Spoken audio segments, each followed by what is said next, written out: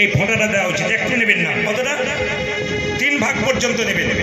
এইবার বলি, তিলক দেওয়ার রীতি আছে। এমনি তিলক দিলে হবে না। এই যে আঙুলগুলো দেখছেন না, তাকাবেন, এই আঙুলটা বাদ দিয়ে 1 2 3 4 এই 4টা আঙুলে 4 ভাবে তিলক দেওয়া হয়। কিছুক্ষণ আগে এক ব্যক্তি আপনাকে তিলক দিচ্ছিল না, বৈষ্ণব, এই তিলক দেওয়ার নিয়ম আছে। উনি যখন আপনাকে তিলক দেবে তখন মাথায় রাখবেন তিলক এই আঙুলে। যদি অন্য আঙুলে দিচ্ছেন উনি একবারে 100% ভুল করছেন। তাকাবেন, যদি এই আঙুল ছাড়া উনি অন্য আঙুলে তিলক দিচ্ছেন আপনাকে, সম্পূর্ণ ভুল করছেন, লাভ হচ্ছে না। শাস্ত্র বলেছে আপনি ভক্ত, একটু তিলক চাইছেন, কোন আঙুলে দেবেন? এই আঙুলে। এই আঙুলেকে তিলক দেওয়ার নিয়ম। আপনার বাড়ির পাশে কেউ মরে গেছে কিংবা আপনার বাড়িতে কেউ মরেছে, তাকে তিলক দিতে হয়, কোন আঙুলে দেবেন? এই আঙুল। খুব কথাগুলো মাথায় রাখবেন, এগুলো ব্যবহার করবেন, তবে ঠিক আছে, উল্টো পাল্টা ব্যবহার করলে কোনো কাজে হবে না। আমরা সব কিছু করি, বুঝি না, জানি না, করতে হয়, করি, ব্যাস, এটাই হচ্ছে ব্যাপার। শাস্ত্র বলল এই আঙ্গুলে করে তিলক মৃত ব্যক্তিকে করতে হয়।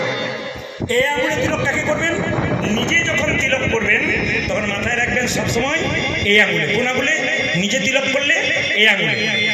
এই আঙ্গুলে তিলক কাকে করবেন? ভগবানের চরণে এবং গুরুদেবের চরণে যখন দেবেন তখন এই আঙুলে তিলক। খুব কথাগুলো মাথায় রাখবেন। দেখুন, আমাকে কীর্তন গান গাইতে বলেছ 1:30, তারপর বললো 2টো পর্যন্ত। সময় চলে যাচ্ছে কিন্তু আমি বুঝতে পারছি না, কিন্তু আপনাদের 2টো পর্যন্তই গাইব। ওনারা যখন বলেছেন যে অনুরোধ করে 2টো পর্যন্ত করবেন, আমি কথা রেখে দেবো ওনাদের। তাকাবেন, তাহলে তিলক বলটাতে এটাতে কাকে জোরে বলুন? ভক্তকে। এটাতে কাকে? মৃত ব্যক্তিকে। এটাতে কাকে জোরে বলুন? কাকে? হ্যাঁ। আর এটাতে কাকে? হ্যাঁ, এটা হচ্ছে ভগবান বিষ্ণুকে এবং গুরুদেবকে। এই আঙুলটা কিন্তু মাথায় রাখবেন। তিলক করছে কে? না, মুকুন্দ সরকার গোপীনাথকে এই আঙুলে তিলক করছেন আর গাইছেন, ও তারে বিনোদ বিনোদ মালা বিনোদ বিনোদ গোদাই বিনোদ মালা বিনোদ বিনোদ বলে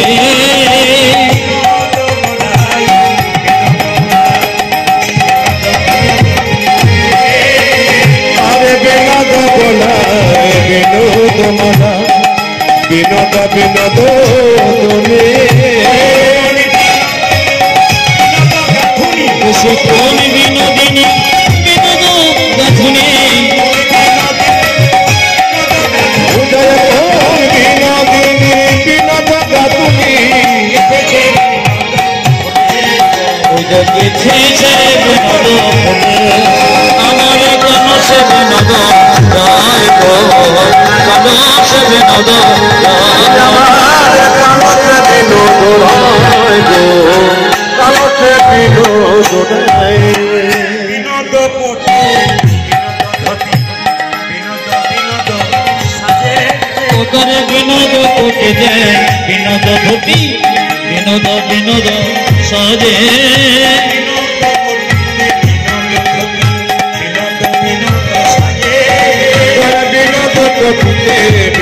ধুতি বিনোদ বিনোদ সাজে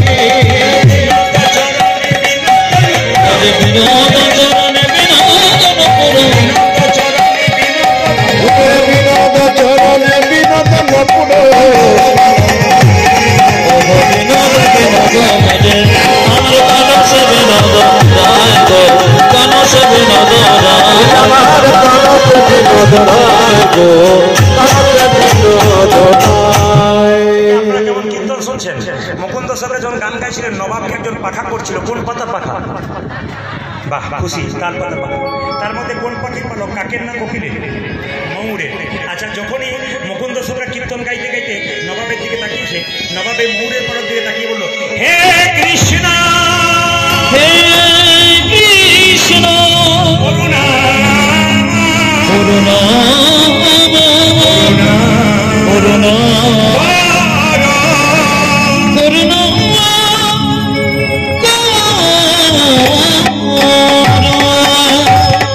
মুকুন্দ সরকার অজ্ঞান হয়ে গেল। নবাব বললো, কে আছিস?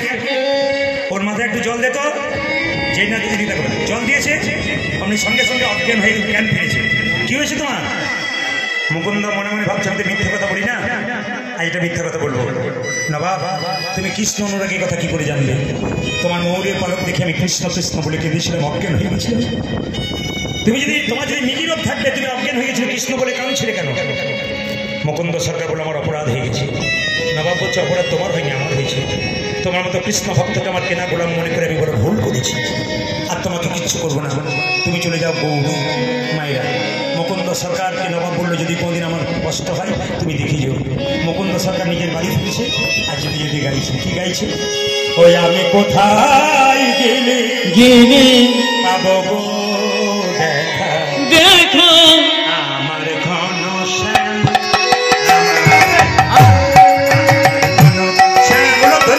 প্রভু আমি কোথায় গেলে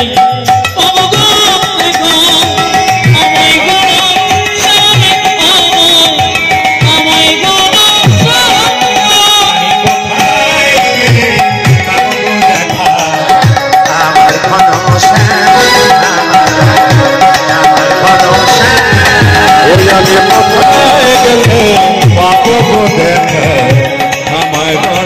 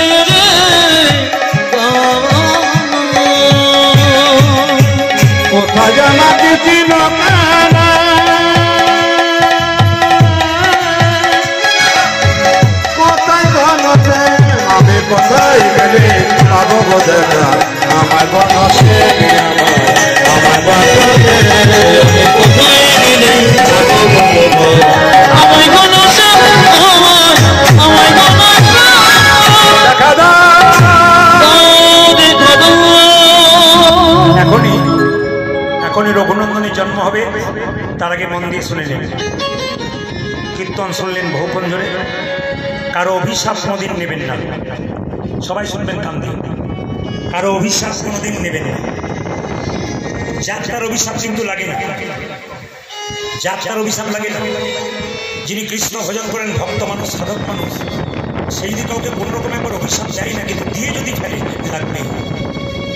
আপনার বাড়িতে কাউকে আপনি দিনের পর দিন অত্যাচার করছেন, চুপ করে আছে, এক সময় চুপ করে থাকতে থাকতে যেন হঠাৎ করে আপনাকে অভিশাপ দিয়ে দেবে, আমি প্রমাণ দিয়ে দেবো আপনাদেরকে। একবার জীবন্ত প্রমাণ, সবাই শুনবেন যে যেখানে বসে আছেন। আমি ক্লাস 7-এ পড়ি, আমার পাশের বাড়িতে একজন ভদ্রলোক, ভদ্র মহিলা, তার একটি ছেলে, তার মাকে খেতে দেয় না। যারা খেতে দেন না তারা শুনবেন, আর যারা দেন তারাও শুনবেন। তার মাকে খেতে দেয় না, মায়ের বয়স 80 বছর। পাড়ায় পাড়ায় সব দিনের পর দিন দিয়ে দিয়ে যায়, আর নির্লজ্জ ছেলেটা চুপচাপ তাকিয়ে তাকিয়ে দেখে দেয় না, কিন্তু পাড়ার মানুষ দিয়ে যায়।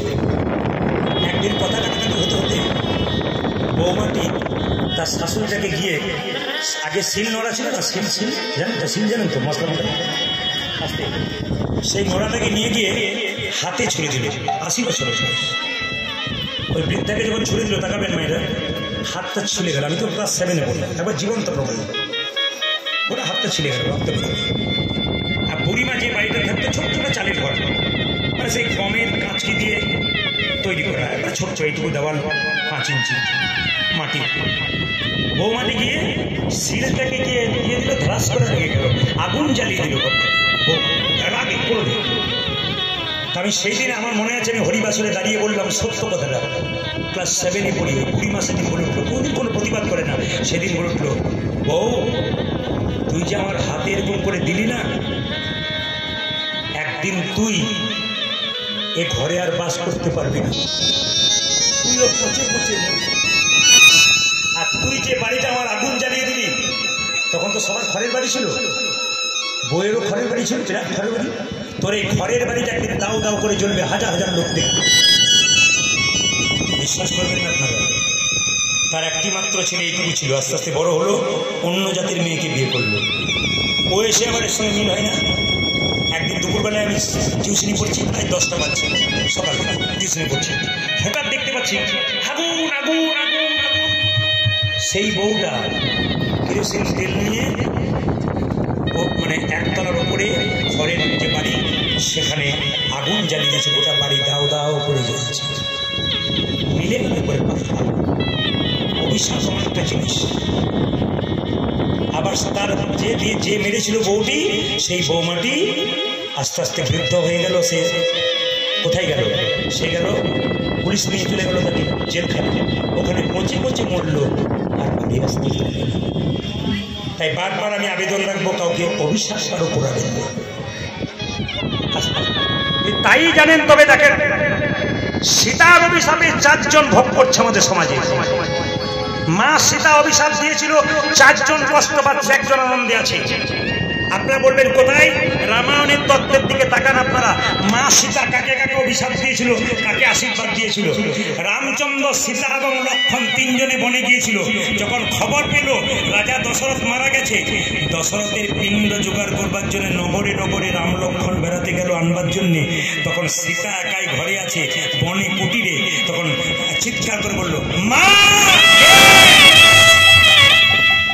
আমি তোমার শ্বশুর মশাই রাজা দশরথ। কি হয়েছে বাবা? আমার বড় খিদে পেয়েছে গো, আমাকে পিণ্ড দাও।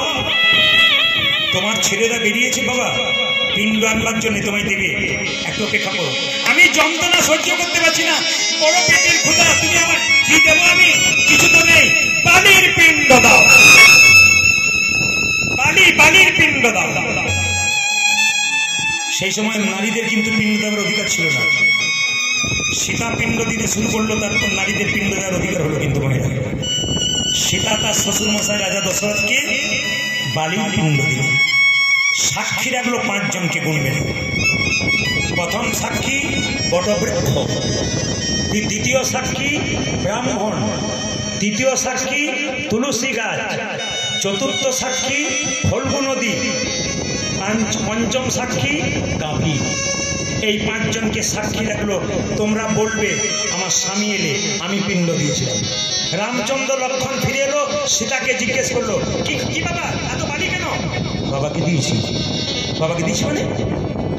বাবাকে বললাম পিণ্ড আনতে গেছে, বাবা বলছে বড় ক্ষুধা পেয়েছে, আমি দিয়ে দিলাম। তুমি কি করেছো? অন্যায় করেছো। আমি যে পিণ্ড দিয়েছি, তুমি যে পিণ্ড দিয়েছো প্রমাণ আছে? হ্যাঁ আছে। বড় বৃক্ষ এসো, ব্রাহ্মণ এসো, তুলসী বৃক্ষ এসো, গাভী এসো, ফল্গু নদী এসো। সবাই এসে দাঁড়ালো। সীতা মা জিজ্ঞেস করলো, ব্রাহ্মণ আমি দিয়েছিলাম তো? ব্রাহ্মণ বলল, না তুমি দাওনি। সীতার দিকে তাকাবে, এদিকে তাকাবে, জলের দিকে নয়। যখন এলো তখন বানভাসি হয়ে গেল। না কি বলছেন? একটু রাখুন, ওখানে রাখুন, এখন দেখতেই, এখন ভুলে যেতাম, এটা সব চলে যাবে, মানে ব্যাপারটা চলে যাবে বলতে বলতে আর কি। আপনারা আসতে ওইখানে ওখানে স্টপ রাখুন। কি বললাম? ব্রাহ্মণ বলল, না তুমি পান্ডা দাওনি, তুলসী বৃক্ষ না তুমি দাওনি, ফল্গু নদী না তুমি দাওনি, গাভী না তুমি দাওনি, বট বৃক্ষ হ্যাঁ মা তুমি দিয়েছ, আমি সাক্ষী ছিলাম, আমি সাক্ষী, তুমি দিয়েছ। সঙ্গে সঙ্গে সীতা মা ব্রাহ্মণকে অভিশাপ দিলেন, ব্রাহ্মণ তুমি যোগ্য সূত্র নিয়ে মা সীতার কাছে মিথ্যে কথা বললে, আমি পিণ্ড দিলাম, তুমি দেখলে তো তুমি আমাকে তুমি স্বামীর কাছে তুমি লাঞ্ছিত করলে, অভিশাপ দিলাম। পুজো পাঠ করে যতই দান দক্ষিণা দাও না কেন, তোমার পেট কোনোদিন ভরবে না। এটা আমার কথা নয়, কার কথা বলুন? সীতা দেবীর কথা। সীতার অভিশাপে পূজারী, পুরোহিত, ব্রাহ্মণরা এখনো অভাবগ্রস্ত, কোনো মতেই সংসার চলছে। 2, তুলসী বৃক্ষ তুমি মিথ্যে কথা বলে অভিশাপ দিলাম। তুমি এখানে সেখানে জন্ম নেবে, তোমার পাতা গোবিন্দ সবাই ডাকবে, কিন্তু বন্য পশু পাখিরা তোমার উপরে প্রস্রাব পায়খানা করে তোমাকে মাঝে মাঝে অপবিত্র করে দেবে, কিন্তু তবু তুমি পবিত্র থাকবে, যেহেতু তুমি গোবিন্দ সেবায় না। কাদি তুমি মিথ্যা কথা বলেছ। যে মুখ দিয়ে মিথ্যা কথা বললে তোমার মুখের দিকটা পবিত্র হবে না, তোমার পেছন দিকটা পবিত্র হবে। গাভীর পেছন দিকটা পবিত্র, দুধ আর কি গোমূত্র, গোবর, কিন্তু মুখ দিয়ে মিথ্যা কথা বলেছে বলে যদি গাভী কোনো কিছু এটো করে দেয়, ওটা কিন্তু আর গোবিন্দ সেবায়। ফল্গু নদী তুমি মিথ্যা কথা বলেছ, অভিশাপ দিলাম, তুমি অন্তঃসলীলা হয়ে যাও। বর্ষাকালে সব নদীতে জল অথই বান ভরবে, তুমি চিরকাল শুকনো রইবে। তোমার ভেতরে জল তাকান, তোমার ভেতরে জল থাকবে, বাইরে তুমি শুকনো থাকবে গো। বটবৃক্ষ মা, আমায় অভিশাপ দিবি না? না গো, তোমায় আশীর্বাদ দিলাম, তুমি অক্ষয়। একটা পাতা খসে যাবার আগে একটা পাতা তোমার গজাবে, দেখে নেবেন। বট গাছকে দেখবেন, একটা পাতা খসে যাবার আগে একটা পাতা গজায়।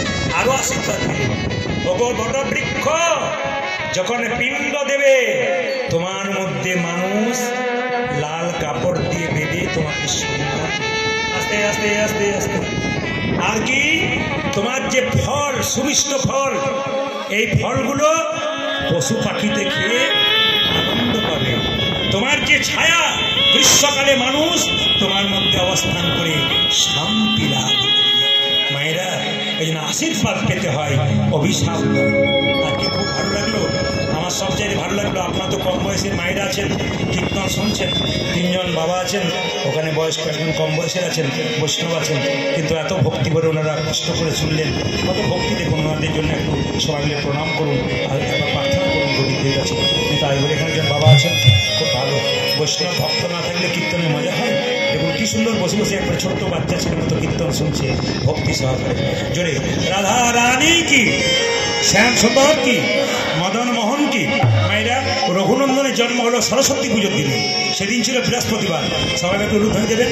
আহায় হেন কালে জনমিল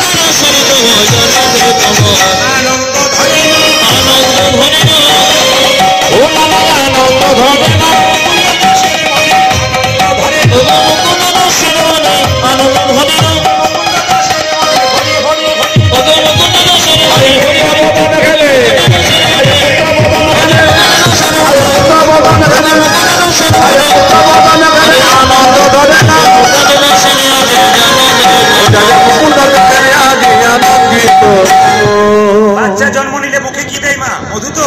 কিন্তু কি করলো? মধু কেনার তো সময় নেই। বাচ্চা বৃহস্পতিবার দিন জন্ম নিয়েছে, সরস্বতী পুজো, দোকান বন্ধ। দুই কানে শোনা গেল মধু হরি, দুই কানে শোনা গেল মধু হরি নাম, দুই কানে শোনা গেল মধু হরি, দুই কানে শোনা গেল মধু হরি নাম, হরি নামে শোনা, হরি নাম শোনা,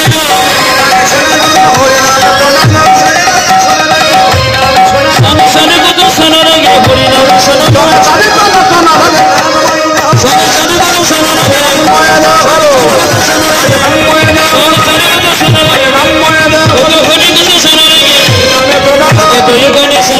মধু হরি নাম, দুই কানে শোনা গেল মধু হরি নাম। আপনাদের ভুল ধারণা আছে। আপনারা মনে করেন মধু দিলে মিষ্টি মিষ্টি কথা বলে। একজন হাত তুলে বলতো কাজ ছেড়ে মিষ্টি মিষ্টি কথা বলে, বলে না। তাহলে কি মধু দেবেন? দুই কানে হরিনামের মধু দেবেন। আর শাস্ত্র বলল যে মধু আসতে যারা জল দিচ্ছেন, যারা জল দেওয়ার আলোচনা করছেন তাদের কাছে বলবো চিৎকার নয়, একবারে শব্দ নয়, একবার ইশারার মাধ্যমে কাজ করবেন। সবাইকে দেবেন ইশারার মাধ্যমে। সবাই তাকান, এখানে বসে আছেন। আপনারা কি দেবেন মায়েরা? যখন বাচ্চার অন্নপ্রাশন হবে তখন মধু দেবেন একটু পরমান্ন দেবার আগে। তাহলে কি হবে? ওই মধু দিলে বাচ্চার মিষ্টি মিষ্টি কথা হয়। এখন সরস্বতী পুজো দিনে জন্ম নিল, তাই ভক্তগণ বললো আশীর্বাদে করো মা, আশীর্বাদে করো মা, আশীর্বাদ করো মা। আগে বলতে পড়তে পারে আশীর্বাদ করো, যেন ভাগবতে বলতে পারে আশীর্বাদ করো মা, সংকীর্তন গাইতে পারে আশীর্বাদ করো, যেন সংকীর্তন গাইতে পারে আশীর্বাদ করো মা, আগে বলতে পড়তে পারে আশীর্বাদ করো, যেন ভাগবতে বলতে পারে আশীর্বাদ করো মা, সংকীর্তন গাইতে পারে হরি হরি, যেন ভাগবতে বলতে পারে হরি হরি হরি হরি হরি হরি হরি আশীর্বাদ করো মা, শোনা ছিল মধু হরি নাম, ও যাতে তুই কানা শোনাই দিল মধুর হরি নাম। আচ্ছা মায়েরা, এই ছেলের তো একটা নাম রাখতে হবে। আপনারা কোন ছেলের নাম নাট ভল্টু পল্টু রেখেছেন? হাত তুলুন তো। নাট ভল্টু পল্টু রেখেছেন কারণ নাম? যদি কেউ রেখেছে এখন বলবে না। নাট ভল্টু পল্টু রাখেন নাই? আমি কালকে একটা আসরে গান গাইছিলাম পুরুলিয়াতে। ওখানে একজনকে জিজ্ঞেস করলাম, সামনে দুটো বাচ্চা বসছিল, কি নাম তোদের? বলছে আমার নাম আপেল, ওর নাম আঙুর। বললাম তোর বাবাকে আর বাজারে যাবার দরকার হবে না, আপেল আঙুর নাম রেখেছে। নাম রাখুন এমন কৃষ্ণ বিষ্ণু নারায়ণ। অজামিল ছেলের নাম কি রেখেছিল? নারায়ণ।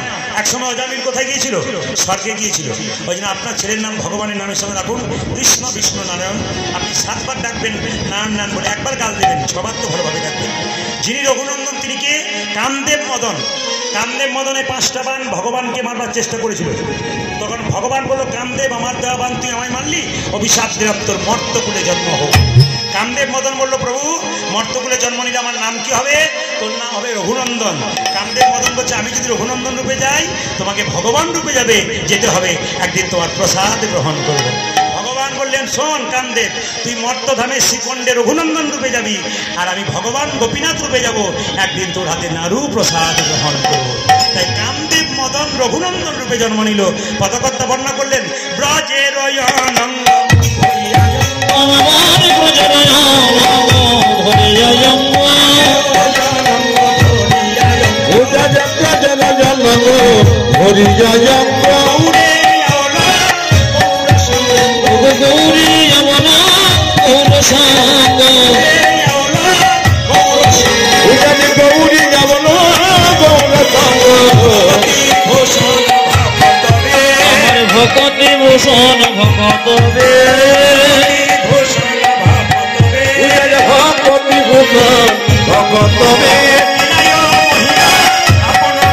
ভগবান মহিমা আপন বে, লীলায় মগির আপন বে, ওগো সনাতন পুরাণ তুলবা, আজ সোনার মথুরা তুলবা, শরণ রইল শরণতা, সে তোর চরণ নয় নুতাই, আমরা শরণ নিলাম, আমরা চরণ নিলাম, ভক্তর গুণন্দ শ্রীচরণে শরণ নিলাম, হরি হরি হরি ভক্তর গুণন্দ শ্রীচরণে হরি হরি হরি হরি হরি হরি হরি হরি ভক্তর গুণন্দ শ্রীচরণে চরণ নিলাম। এবার সবাই মাথায় কাপড় নিন, রঘুনন্দন নাড়ু খাওয়াবে, সেই নাড়ু প্রসাদ আপনারা গ্রহণ করবেন। সবাই তাকাবেন। তবে নাড়ু খাওয়ার আগে একটা ছোট্ট গানের মাধ্যমে একটা আনন্দ করে নিন। সবাই হাতটা তুলুন, শ্যামল তুলুন, সবাই একসঙ্গে হাত তুলবেন। আনন্দ